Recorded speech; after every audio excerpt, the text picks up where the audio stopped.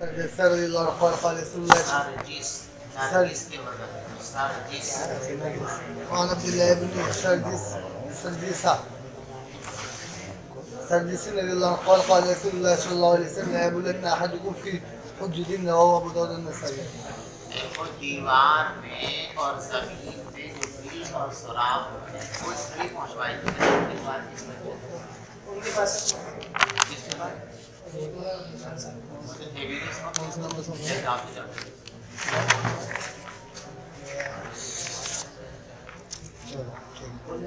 ان بلوں میں کبھی کبھی جنات کا بھی بسیرا ہوتا ہے اور ان بلوں کے اندر حشرات الارض کا بھی بسیرا ہوتا ہے. اس میں آپ پیشاب کریں گے تو جو مخلوق اس کے اندر ہے اس کو تکلیف ہوگی اور تکلیف ہوگی تو وہ اس کا انتقام اور رد عمل کرے گی جس سے آپ کو نقصان ہو سکتا ہے. اس لیے بل اور سوراخ کے اندر پیشاب نہیں کرنا چاہیے. پیغمبر علیہ السلام نے ارشاد فرمایا کہ تم میں سے کوئی آدمی ہرگز کسی سوراخ کے اندر پیشاب نہ کیا کرے. وعن معاذ رضی اللہ عنہ قال قال رسول اللہ صلی اللہ علیہ وسلم اتقوا الملاعين ثلاثة البراز في الموارد. ملعنت کی جمع اور ملعنت کے معنی ہے سبب لعنت. لعنت کے اسباب سے بچو یعنی ایسے کاموں سے اجتناب کرو جن کاموں کے کرنے کی وجہ سے کرنے والوں پر اللہ کی مخلوق لعنت بھیجتی ہے یا اللہ ان پر لعنت کرتا ہے. ایسے کاموں سے بچنا چاہیے. ایسے کاموں میں سے 3 کام یہاں بیان کیے گئے ہیں خاص طور سے. 3 لعنت کے اسباب.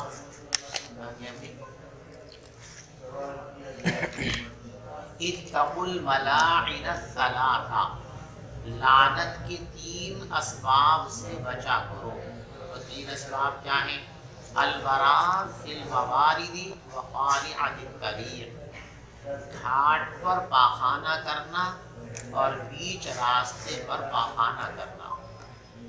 تالاب، نہر، دریا، ان میں ہر جگہ سے آدمی اس کے اندر داخل نہیں ہو سکتا. نہریں دیکھی ہر جگہ سے داخل نہیں، اس کی دونوں طرف بینڈ اونچی ہوتی ہیں اور سیدھی ہوتی ہیں، تقریباً سپاٹ نہیں ہوتی. ادھر سے کوئی اترنا چاہے گا لڑک جائے گا، ڈوب جائے گا. تو جگہ جگہ لوگ جو ہے اس کی جو ہے برابر والی سائڈ کی جو بینڈ ہوتی ہے اس کو ذرا ٹیپر میں کر دیتے ہیں اور ذرا اس کو پیچھے کر لیتے ہیں، پھر اس میں آہستہ آہستہ اترتے ہیں. وہ ٹیپر میں کرنے کی وجہ سے یہاں کو پانی آ جاتا ہے. وہ بہت گہرا نہیں ہوتا، معمولی سا پانی ہوتا ہے. وہاں لوگ جا کر کے اپنی ضرورت پوری کر لیتے ہیں، ڈوبنے سے محفوظ رہتے ہیں. اب وہیں کوئی جا کر کے بیوقوف اگر پاخانہ کر دے تو جو آدمی وہاں آ کر وضو کرنا چاہے گا وہ کیسے وضو کرے؟ کوئی وہاں سے پانی پینا چاہتا ہے کیسے پانی پیے گا؟ وہاں کپڑے دھونا چاہتا ہے کیسے کپڑے دھوئے گا؟ تو وہاں پاخانہ کرنے سے اللہ کی مخلوق کو، انسانوں کو تکلیف ہوتی ہے اور یہ ظلم ہے اور ہر ظالم اور فاسق جو ہے وہ لعنت کا حقدار ہے. اللہ ہم سب کی حفاظت فرمائے. سمجھ ماری بات. اور دل اور سائے کے اندر اور راستے کے اندر، یعنی یہ تینوں جگہ. خلاصہ یہ ہے کہ جہاں جہاں پیشاب اور پاخانہ کرنے سے اللہ کی مخلوق کو تکلیف اور پریشانی ہوتی ہو، ان کے کاموں کے اور ان کے ضرورتوں کے اندر خلل پڑتا ہو، ایسی تمام چیزوں سے انسان کو بچنا چاہیے. یہ 3 باتیں بطور مثال ہیں، باقی سب چیزیں اس کے اندر شامل ہیں. جو علت یہاں پہ ہے نا ایذاء الناس، تو ہر وہ عمل، ہر وہ جگہ جہاں پیشاب کرنے سے لوگوں کو ایذا اور تکلیف ہو سکتی ہے، وہاں پیشاب اور پاخانہ کرنا گناہ کی بات ہے. اس سے ہٹ کر اپنی ضرورت کو پورا کرنا چاہیے. وعن ابي سعيد رضي الله عنه قال قال رسول الله صلى الله عليه وسلم لا يخرج الرجلان يضربان الغاية كاشفين عن عورتهما يتحدثان فإن الله يمقت على ذلك. رواه احمد وابو داود وابن ماجه. آدمی جب پیشاب یا پاخانہ کرتا ہے تو اس کو اپنے اعضائے مستورہ کو کھولنا پڑتا ہے مجبوراً، اور وہ حیا کا وقت ہے۔ حیا کے اوقات میں لوگوں سے باتیں کرنا یہ بے حیائی پر دلالت کرتا ہے، لہذا استنجا کرتے وقت لوگوں سے بات چیت کرنا یہ مکروہ ہے، ایسا نہیں کرنا چاہیے۔ اب تو گھروں کے اندر بیت الخلا تو عموماً ایسا نہیں ہوتا، پہلے لوگ جنگلوں کے اندر جاتے تھے، اب گھر سے چلتے چلتے ایک ذرا 20 فٹ ادھر دوری پہ بیٹھ گیا، ایک ادھر 10 فٹ کی دوری پہ بیٹھا، کھانا بھی کر رہے ہیں اور باتیں بھی کر رہے ہیں، یہ بری بات ہے، ایسا نہیں کرنا چاہیے۔ لا یخرج الرجلان یضربان الغائط، دو آدمی پاخانہ کرنے کے لیے نہ نکلیں کہ ان کی شرمگاہیں کھلی ہوئی ہوں اور وہ آپس میں باتیں کر رہے ہوں، یعنی شرمگاہ کھولنے کے بعد اب بات چیت نہیں کرنی چاہیے، اس لیے کہ اللہ تبارک و تعالیٰ اس چیز سے ناراض ہوتے ہیں۔ رواہ احمد و ابو داود و ابن ماجہ۔ وعن زيد بن أرقم رضي الله عنه قال قال رسول الله صلى الله عليه وسلم إن هذه الحشوش محتضرة فإذا أتى أحدكم الخلاء فليقل أعوذ بالله من الخبث والخبائث رواه أبو داود وابن ماجه۔ یہ بیت الخلا شیاطین کے حاضر ہونے کی جگہ، شیطان گندا ہے تو ظاہر بات ہے گندی جگہوں پر ہی اس کو بسیرا کرنا ہے، تو ان جگہوں پر بھی شیطان کے بسیرے ہوتے ہیں، اور بیت الخلا جتنی گندی ہوگی اتنے ہی شیطانی اثرات اور زیادہ ہوں گے۔ بس جب تم میں سے کوئی شخص بیت الخلا میں جائے تو یہ دعا پڑھ لیا کرے، اعوذ باللہ من الخبث والخبائث۔ وعن علي رضي الله عنه قال قال رسول الله صلى الله عليه وسلم ستر ما بين عيون الجن وعورات بني آدم إذا دخل أحدهم الخلاء أن يقول بسم الله رواه الترمذي وقال هذا حديث اگر غريب۔ بیت الخلا میں داخل ہونے سے پہلے اور جنگل اور میدان میں پجامہ کھولنے سے پہلے اللہ کا ذکر کر لیا جائے، بسم اللہ کہہ لی جائے اور یہ دعا پڑھ لی جائے، اللہم انی اعوذ بک من الخبث والخبائث، تو اس کا فائدہ یہ ہوتا ہے کہ اب شیاطین اور انسان کی شرمگاہ کے درمیان آڑ درتی جاتی ہے، نہ شیاطین کو وہ شرمگاہ نظر آتی ہے اور نہ اس سے کھلواڑ کر پاتے ہیں، اور اگر اس دعا کا اور اللہ کے نام لینے کا اہتمام نہیں کیا تو پردہ نہیں ہوتا، شیاطین کو وہ نظر آتی ہے اور وہ اس سے کھلواڑ کرتے ہیں، پھر یہ آدمی کے دلوں کے اندر وساوس پیدا ہوتی ہے۔ وعن عائشة رضي الله عنها قالت كان النبي صلى الله عليه وسلم إذا خرج من الخلاء قال غفرانك رواه الترمذي وابن ماجه والدارمي۔ دیکھیے حضور پاک صلی اللہ علیہ وسلم کی عادت شریفہ یہ تھی کہ ہر وقت اللہ کا ذکر فرماتے رہتے تھے، اور انسان کی ذمہ داری یہی ہے۔ بیت الخلا میں آپ جتنی دیر تک بیٹھے رہیں گے اتنی دیر تک آپ اللہ کا نام نہیں لے سکتے، تو پیغمبر علیہ السلام بیت الخلا سے نکلتے ہی دعا پڑھتے تھے، غفرانک، اے اللہ میں آپ سے معافی کا طلبگار ہوں، یعنی اتنی دیر تک جو میں آپ کے ذکر سے غافل رہا اپنی ضرورت کی وجہ سے، تو ذکر کی اس غفلت کی میں آپ سے معافی چاہتا ہوں، آپ میرے اس خالی وقت کو جو میں نے ذکر کے اندر نہیں گزارا، میری اس کوتاہی کو معاف کر دیجیے۔ وعن ابي هريره رضي الله عنه قال كان النبي صلى الله عليه وسلم اذا اتى الخلاء اتيته بماء في طور او ركوه فاستنجى ثم مسح يده على اليدين ثم اتيت باناء اخر۔ ابو ہریرہ فرماتے ہیں کہ رسول پاک صلی اللہ علیہ وسلم جب بیت الخلا تشریف لے گئے تو میں آپ کی خدمت میں پانی لے کر کے آیا، ایک لگن میں یا ایک اور برتن میں، فاستنجا، آپ نے اس سے استنجا فرمایا، ثم مسح یدہ علی الارض، پھر آپ نے زمین پر اپنے ہاتھ کو رگڑا۔ آپ ہاتھ سے پاخانہ رگڑتے ہیں پانی ڈال کر کے تو پاخانے کی بو اور جراثیم جو ہے وہ ہاتھ میں منتقل ہوں گے، تو اس بدبو کو اور جراثیم کو صاف کرنے کے لیے پیغمبر علیہ السلام ایسے ہاتھ رگڑ دیا کرتے تھے، مٹی پر ہاتھ کو مانچ دیا کرتے تھے تاکہ بدبو بھی ختم ہو جائے اور جراثیم بھی ختم ہو جائے۔ آج کے زمانے کے اندر حکومت ہر گھر کے اندر واش بیسن صابن رکھی رہتی ہے، آدمی باہر نکلتا ہے صابن سے اس کو دھو لیتا ہے، تو اب مٹی پر رگڑنے کی ضرورت. اور خلاصہ یہ ہے کہ جب آدمی استنجے سے فارغ ہو تو اپنے ہاتھ کو اچھی طریقے سے صاف کر کے دھو لے تاکہ اس کے اندر بدبو وغیرہ نہ بسی رہ جائے. وعن الحكم بن سفيان رضي الله عنه قال كان النبي صلى الله عليه وسلم إذا بال توضأ ونزح فرجه رواه بدر النسائي. حضور پاک صلی اللہ علیہ وسلم جب پیشاب فرماتے اور پھر اس کے بعد وضو فرماتے تو اپنی شرمگاہ پر یعنی شرمگاہ پر جو کپڑے کا حصہ ہے اس پر پانی کے چھینٹے مارتے. یہ عمل قطع وساوس کے لیے تھا, شبہات کو دور کرنے کے لیے تھا. عموماً اس وقت لوگ پانی سے استنجا نہیں کرتے تھے, پھیلے سے استنجا کرتے تھے. استنجا سکھا لیا, مطمئن ہو کہ وضو کرنے کے لیے بیٹھ گیا. وضو کا پانی گرتا ہے تو تھوڑی بہت چھینٹیں آئی جاتی ہیں.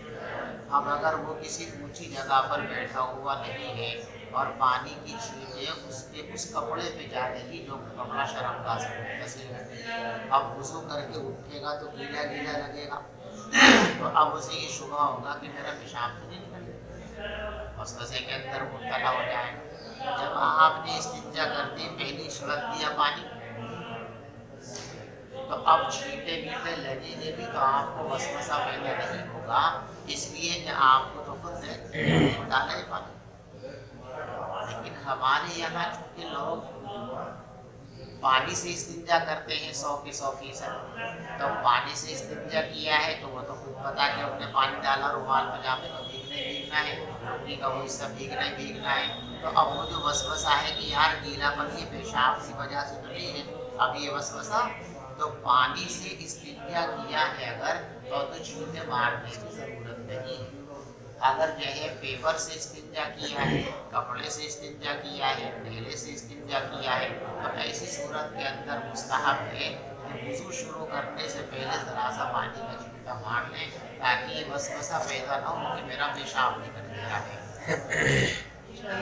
وعن أميمة بنت رقيقة رضي الله عنها قالت كان للنبي صلى الله عليه وسلم قدح عن عيدان تحت سريره يبول. پیشاب اور پاخانہ تبذر کی چیزیں ہیں, گندی چیزیں ہیں, ان کو اپنے سے جتنا دور رکھے اتنا بہتر ہے. اسی لیے پہلے زمانے کے اندر تو اتنی احتیاط تھی کہ لوگ گھروں کے اندر بیت الخلا بھی نہیں بناتے تھے. مرد بھی اور عورت بھی سب جنگلوں کے اندر جایا کرتے تھے. اس کے بعد ذرا اور دور بڑھا آگے کو تو مستورات کو جنگل جانے سے روک لیا گیا. مہذب گھرانوں کے اندر ان کے لیے گھروں میں بیت الخلا بنا دی گئی اور مرد عموماً بیت الخلاؤں کو دیہات وغیرہ میں استعمال نہیں کرتے تھے, وہ جنگل ہی بناتے تھے. اب دور اور بدلا ہے تو اب جنگل میں جانے کے مواقع ختم سے ہو گئے, تو اب جو بالکل دیہات کے جنگلات میں رہنے والے ہیں, خانہ بدوش لوگ ہیں, وہ تو اب بھی جنگلوں میں جاتے ہیں, لیکن آبادیوں کے اندر یہ معمول ترک ہو گیا ہے. تو اصل تو باہر ہونا چاہیے, لیکن اس حدیث سے یہ ثابت کرنا مقصود ہے کہ اگر ضرورت ہو تو گھر میں بھی اس کا انتظام کیا جا سکتا ہے. کسی طریقے سے گھر میں بنی ہوئی بیت الخلا تک بھی اگر انسان پہنچ نہیں سکتا, اس کو دشواری اور دقت ہے, تو اپنی چارپائی کے نیچے سلمچی رکھ سکتا ہے. رات کو جب پیشاب کی ضرورت آئے تو سلمچی کے اندر پیشاب کر لے اور صبح اس پیشاب کو باہر پھینک دیا جائے. حضور پاک صلی اللہ علیہ وسلم نے بعض موقعوں پر بوضع ضرورت ایسا کیا ہے, اسی کو فرماتے ہیں. پیغمبر علیہ السلام کے پاس لکڑی کا ایک پیالہ تھا جو آپ کی چارپائی کے نیچے رکھا رہتا تھا. یبول فیہ باللیل, آپ رات کے وقت میں اس میں پیشاب فرما لیا کرتے تھے, کیونکہ گھر میں بیت الخلا تو تھی نہیں, اور رات کے وقت میں جنگل میں جانا وہاں کے دشمنوں کی وجہ سے یہ مصلحت کے خلاف تھا. اس لیے آپ احتیاط کے پیش نظر گھر کے اندر یہ ضرورت پوری فرما لیا کرتے تھے. وعن عمر رضي الله عنه قال رآني النبي صلى الله عليه وسلم وأنا أبول قائما فقال يا عمر لا تبول قائما فما بلت قائما بعد. رواه الترمذي وابن ماجه. عمر فاروق رضی اللہ تعالیٰ عنہ فرماتے ہیں کہ رسول پاک صلی اللہ علیہ وسلم نے مجھے اس حال میں دیکھا کہ میں کھڑے ہو کر پیشاب کر رہا تھا. عربوں کے اندر کھڑے ہو کر پیشاب کرنے کا رواج تھا اور بیٹھ کر پیشاب کرنے کو وہ مردانگی کے خلاف سمجھتے تھے. رسول پاک صلی اللہ علیہ وسلم نے آ کر اس طرز کو بدلا. تو بدلتے بدلتے وقت لگتا ہے نا, تو حضرت عمر بھی اسی طرز ہونا کی بنیاد پر پرانی عادت کے مطابق ایک مرتبہ کھڑے ہو کر پیشاب فرمانے لگے. حضرت نے دیکھ لیا, فرمایا کہ عمر لا تبول قائما, کھڑے ہو کر کبھی پیشاب مت کرنا. فرماتے اپنا عمل ہے. حضور نے فرما دیا کھڑے ہو کر پیشاب مت کرنا, فما بلت, اس دن کے بعد سے میں نے کبھی کھڑے ہو کر پیشاب نہیں کیا. قال الشيخ الإمام محمد السنة رحمه الله قال شعان وظيفة رضي الله قال أتى النبي صلى الله عليه وسلم سباطة قوم. صاحب مصابیح رحمۃ اللہ علیہ کا ایک معمول یہ بھی ہے کہ جہاں دو روایتوں کے اندر تعارض نظر آتا ہے بظاہر, تو آپ اس کی تطبیق فرما دیتے ہیں. تو اب یہاں بھی ایسا ہی ہے. اس روایت سے معلوم ہوا کہ کھڑے ہو کر پیشاب نہیں کرنا چاہیے, جبکہ دوسری روایت میں ہے کہ نبی پاک صلی اللہ علیہ وسلم نے خود ایک بار کھڑے ہو کر پیشاب فرمایا تھا, لیکن آپ کا وہ کھڑے ہو کر پیشاب کرنا یہ عذر کی وجہ سے تھا. تو گویا کھڑے ہو کر پیشاب کرنے والی جو روایت ہے اس کا تعلق حالت عذر سے ہے, اور اس کی نفی کا تعلق جو ہے وہ عام حالات سے ہے. شیخ امام محی السنہ رحمۃ اللہ علیہ ارشاد فرماتے ہیں کہ حضرت حذیفہ رضی اللہ تعالیٰ عنہ سے بسند صحیح ثابت ہے. وہ فرماتے ہیں کہ نبی پاک صلی اللہ علیہ وسلم ایک قوم کی کوڑی پر تشریف لائے, فبال قائما, اور آپ نے کھڑے ہو کر پیشاب فرمایا. متفق علیہ. قیل کان ذلک لعذر. محدثین فرماتے ہیں کہ حضور پاک صلی اللہ علیہ وسلم کا یہ عمل کسی عذر کی وجہ سے تھا یا بیان جواز کے لیے تھا. یہ تعبیر ہے کہ عذر تھا, اور عذر ایک یہ ہو سکتا ہے کہ وہاں گندگی تھی, بیٹھنے کا موقع نہیں تھا, لہذا آپ بھی اگر کسی ایسی جگہ پھنس جائیں کہ بیٹھنے کا موقع نہ ہو تو کھڑے ہو کر پیشاب کر سکتے ہیں. یا آپ کے بدن میں کوئی ایسی پریشانی تھی اس وقت کہ جس کی وجہ سے بیٹھنا دشوار تھا, لہذا کسی عذر اور بیماری کی وجہ سے کوئی بیٹھ نہ سکتا ہو تو اس کو کھڑے ہو کر پیشاب کرنے کی اجازت ہے. یا پھر بیان جواز کے لیے تھا کہ ایسا کر لیا تو اس کو جو ہے عذر کے اندر اس کی اجازت ہے. چلیے. الفصل الثالث عن عائشة رضي الله عنها قالت من حدثكم أن النبي صلى الله عليه وسلم كان يبول قائما فلا تصدقوه ما كان يبول إلا قائما. عائشہ صدیقہ رضی اللہ تعالی عنہا فرماتی ہیں کہ تم سے اگر کوئی شخص یہ بیان کرے کہ پیغمبر علیہ السلام کھڑے ہو کر پیشاب کیا کرتے تھے, فلا تصدقوه, تو اس کی بات کو تسلیم مت کرنا. ما کان یبول الا قائما, آپ پیشاب نہیں فرماتے تھے مگر بیٹھ کر پیشاب کرنا یہ آپ کی سنت اور عادت ہے, کھڑے ہو کر پیشاب کرنا آپ کی سنت اور عادت نہیں ہے. وعن زيد بن حارثة رضي الله عنه عن النبي صلى الله عليه وسلم إن جبريل أتاه في أول ما أوحي إليه فعلمه الوضوء والصلاة, فلما فرغ من الوضوء أخذ غرفة من الماء فنضح بها فرجه. رواه أحمد الدارقطني. زید بن حارثہ رضی اللہ تعالیٰ نبی پاک صلی اللہ علیہ وسلم سے نقل کرتے ہیں کہ جبریل امین آپ کے پاس آئے وحی کے ابتدائی زمانے, یعنی وحی کی آمد کا جو بالکل ابتدائی زمانہ نبوت کے ابتدائی دور میں تشریف لائے. فعلمہ الوضوء والصلاۃ, اور آپ کو وضو کا طریقہ اور نماز کا طریقہ سکھایا. فلما فرغ من الوضوء, جب آپ وضو سے فارغ ہو گئے, اخذ غرفة من الماء, تو آپ نے پانی کا ایک چلو لیا اور اس کو شرمگاہ کے اوپر چھڑک دیا. رواه احمد والدارقطنی. پچھلی فصل کے اندر اس کی تفصیل ہونا چاہیے. وعن ابي هريره رضي الله عنه قال قال رسول الله صلى الله عليه وسلم جاءني جبريل عليه السلام فقال يا محمد اذا توضأت فانتزح. رواه الترمذي.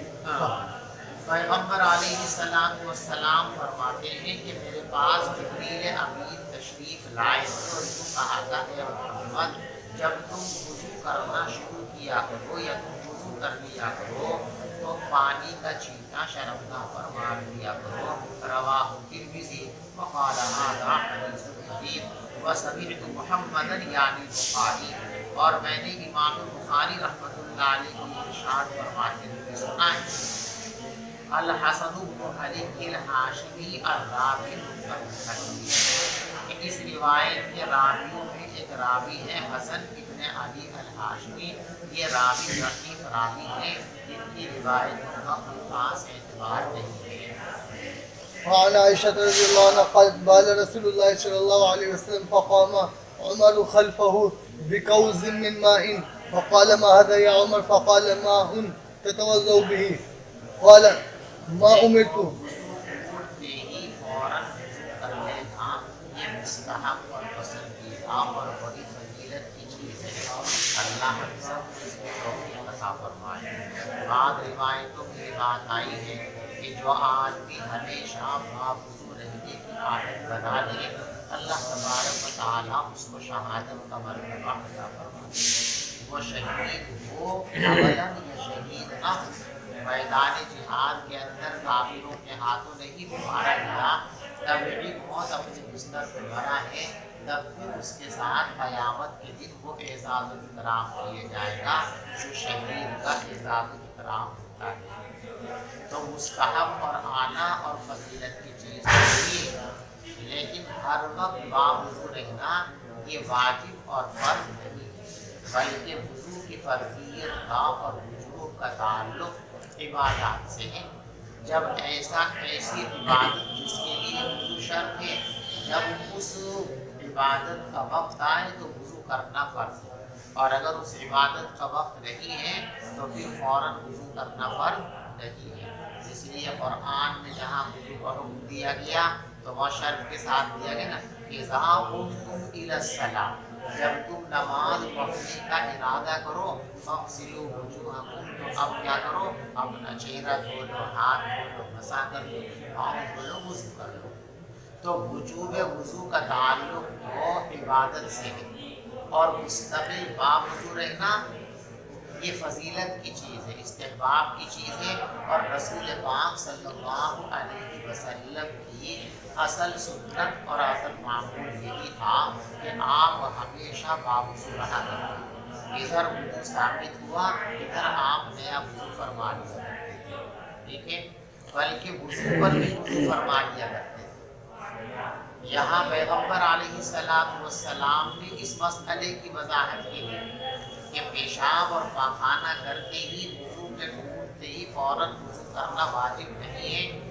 اس مسئلے کی وضاحت کے لیے ایک مرتبہ یہ کیا کہ آپ نے پیشاب فرمایا اور فوراً آپ نے وضو نہیں فرمایا، تاکہ لوگوں کو مسئلہ معلوم ہو جائے کہ وجوب وضو کا تعلق عبادت سے ہے، ہر لمحے باوضو رہنا یہ واجب اور فرض نہیں ہے۔ عائشہ فرماتی ہے کہ رسول پاک صلی اللہ علیہ وسلم نے پیشاب فرمایا فقام عمر خلفہ بکوز من ماء، تو حضرت کے پیچھے حضرت عمر پانی کا پیالہ لے کر کھڑے ہو گئے۔ آپ نے پوچھا عمر یہ پانی کیسا ہے؟ کہا یہ پانی اس لیے تھا کہ آپ اس سے وضو کر لیں، کیونکہ انہوں نے دیکھا تھا کہ جب بھی آپ قضائے حاجت فرماتے تو فوراً وضو فرماتے تھے، اور دیکھو خدمت اسی کا نام ہے۔ مخدوم کہے کہ میں یہ کرو یہ کرو یہ کرو اور آپ نے کر دیا، ٹھیک ہے، اسے بھی خدمت کہتے ہیں، لیکن یہ خدمت کا اعلیٰ درجہ نہیں ہے۔ خدمت کا اعلیٰ درجہ یہ ہے کہ خادم اپنے مخدوم کے مزاج اور معمولات کو اور عادتوں کو اچھی طرح ضبط اور محفوظ کرے، اور جب جیسا مزاج کا عادت کا معمول کا تقاضا ہو بغیر فرمائش کے بغیر طلب کے وہ خدمت حاضر کر دے، یہ اعلیٰ درجے کی خدمت ہے۔ تو صحابہ ایسا ہی کرتے تھے۔ اب ان کو معلوم تھا کہ آقا کا معمول یہ ہے کہ پیشاب سے فارغ ہوتے ہی آپ وضو فرماتے ہیں، تو یہ انتظار نہیں کیا کہ حضور فرمائے کہ بھی پانی لاؤ، خود ہی پانی لے کر کھڑے ہو گئے۔ حضرت یہ پانی ہے جس سے آپ وضو فرما لیں،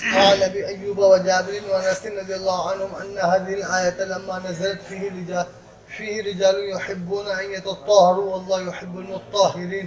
قال رسول الله صلى الله عليه وسلم يا معشر الأنصار حضور پاک صلی اللہ علیہ وسلم ہجرت فرما کر جب مدینہ تشریف لائے تھے تو مدینہ شہر میں داخل ہونے سے پہلے آپ نے چند روز قبا نامی گاؤں کے اندر قیام فرمایا تھا اور وہاں نماز پڑھنے کی جگہ بھی مخصوص کی گئی تھی۔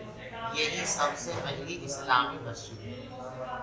دنیا میں اسلام کی آمد کے بعد سب سے پہلے جو مسجد روئے زمین پر بنی ہے وہ مسجد قباء ہے۔